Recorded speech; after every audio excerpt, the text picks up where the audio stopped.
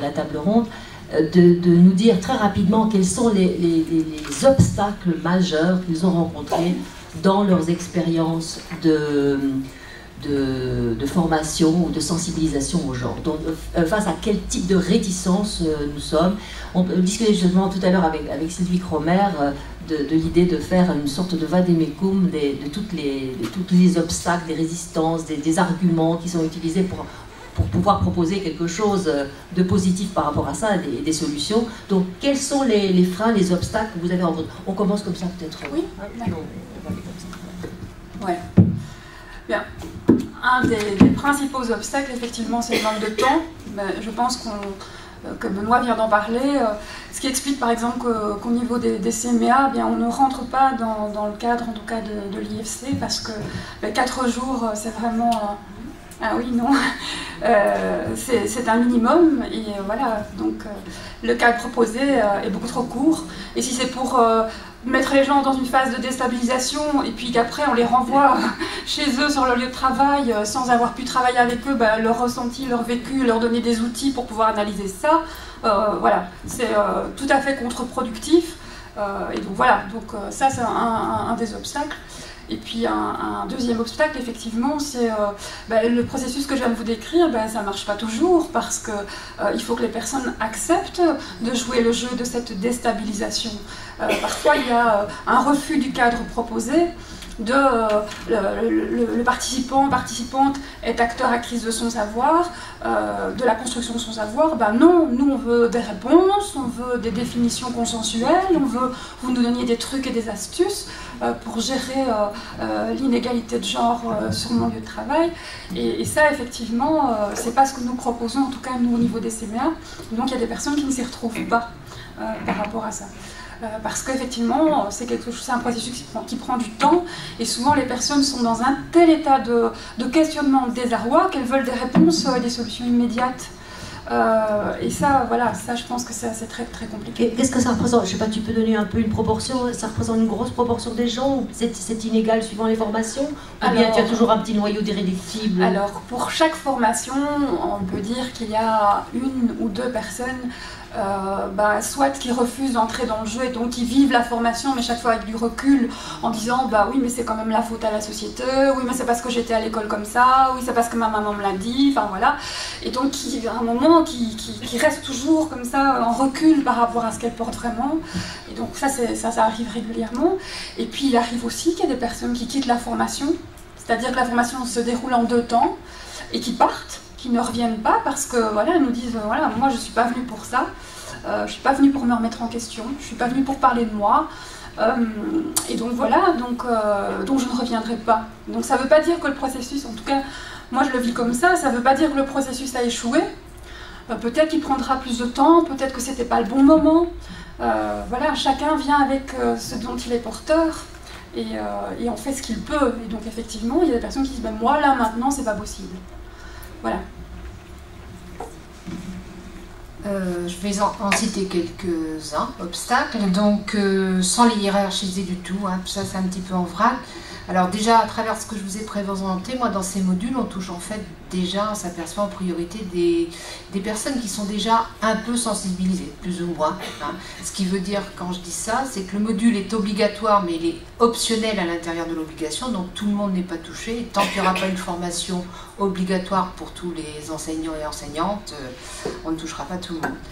Alors, il y a aussi, de mon point de vue, donc c'est encore un sujet qui dérange, ou un sujet qui, même aujourd'hui, donc je parle dans notre pays en France, là toujours, ne semble pas forcément pertinent, car pour la plupart des gens, les inégalités hommes-femmes semblent résolues. Donc c'est ce que j'appelle moi une illusion d'égalité. Il suffit qu'on sache qu'il y a une femme pilote de l'Airbus, et puis on a l'impression que c'est la possibilité de tout le monde. Voilà, en gros, comme ça.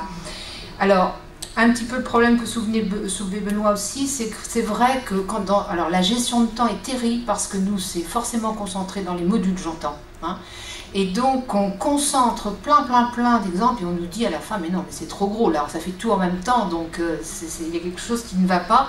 Et c'est vrai que j'ai vu la différence avec les animations pédagogiques où en fait c'était sur l'année entière, hein, déjà une année scolaire, et il y avait des applications en plus dans les classes, des essais, j'avance, je recule, enfin bon, il y avait toute cette démarche et chacun justement à son rythme.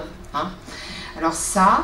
Il y a, comment je vais dire aussi, un manque, alors nous, un reproche qu'on nous fait, c'est un manque d'hommes dans les formations.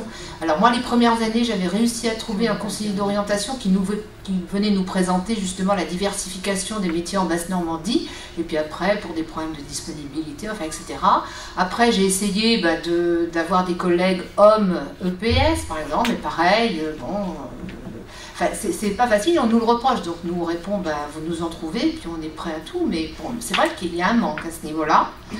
Une difficulté aussi qui a été soulevée plusieurs fois, c'est que c'est vrai que cette concentration est quelquefois négative et qu'il faudrait mieux un enseignement intégré. Et moi, mon rêve, c'était qu'un jour, ça va peut-être arriver, mais qu'un jour, on forme les formateurs et que chacun dans sa discipline, en histoire, en EPS, ait tout le temps cette idée de genre à l'esprit pour dire, ah bah tiens, je parle de ce sujet, bah tiens, il y a en parler des inégalités qu'il y a dans mon programme d'histoire, dans mon programme de maths, ou avoir toujours ça à l'esprit. Donc... et puis, alors oui, un autre problème aussi qu'on ressent, même si on essaye de faire le lien, c'est que tout le monde ne fait pas le lien entre je viens faire un stage de formation professionnelle, on a parlé des inégalités qui existent dans la société, quel rapport il y a entre ce que je mets en place, moi, inconsciemment, hein, bien sûr, dans les classes, en petite section maternelle ou en CM2 ou en CP, et puis je vois pas... Pourquoi je serais responsable de ce qui se passe au niveau inégalité de salaire dans la société. Si je dis ça, c'est que j'ai toujours pensé que quand il y a eu des actions en France, c'était d'abord le lycée, le collège, et on se disait, oui, il y a un gros travail à faire, c'est le moment de l'orientation, c'est le moment du choix des métiers, mais en fait, il y a déjà plein de choses, des stéréotypes qui sont bien ancrés, là, et pour moi, c'était toujours de dire, il faut commencer beaucoup plus tôt si on veut que ça produise des effets. Et puis... ce que disait ma voisine aussi, c'est que même si c'est plutôt un ressenti, hein, là j'ai pas de statistiques, on a ça quand même dans les bilans des stagiaires, on sent bien que alors plus ou moins, que selon les personnes, c'est une remise en cause personnelle importante, c'est-à-dire que dans ma tête, et pratiquement tous les enseignants ont des idées égalitaires. Mais dans les faits et dans la mise en acte dans son quotidien, c'est-à-dire je rentre chez moi, je suis avec mon compagnon, qui va faire quoi là à ce moment-là, et tout d'un coup, enfin voilà, vous voyez, donc ça pose aussi des problèmes de vie personnelle et de remise en cause. Alors effectivement, nous, comme ces 2 jours, on n'a pas eu trop de gens qui ne sont pas restés les 2 jours, mais je pense que ça pose des problèmes. Puis bon, il y aura des tas d'autres choses, mais je vais laisser la parole à Beaucoup de choses ont été dites, puis je pense avoir déjà abordé plusieurs obstacles dans mon bref exposé. Je pense que on se réunit, la contrainte de temps est très importante dans le cadre des propositions actuelles. 2 jours, c'est vraiment quasi une mission impossible, d'autant plus que le premier objectif, la première étape qui est de faire le constat, de prendre conscience et puis de se dire, bon maintenant, je rêve un peu les manches et je m'y attaque concrètement, ça demande du temps. Donc si on a un souhait ou si on peut faire du plaidoyer, c'est autour de cette question-là. Et puis alors, je pense ce qui est très important, c'est de ne pas enfermer les gens dans une dimension thématique. Parce que le mot, déjà le mot genre ne veut pas dire grand-chose pour beaucoup de gens.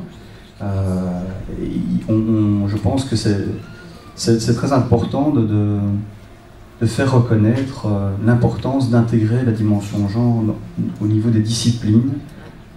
Et là, je pense qu'il y a un travail de la part de l'associatif qui propose des formations, d'essayer d'aller à la rencontre d'organismes de formation. Et moi, j'essaye de sensibiliser mes collègues aussi à cette dimension qui proposent dans le cadre de l'IFC des formations, mais c'est petit à petit.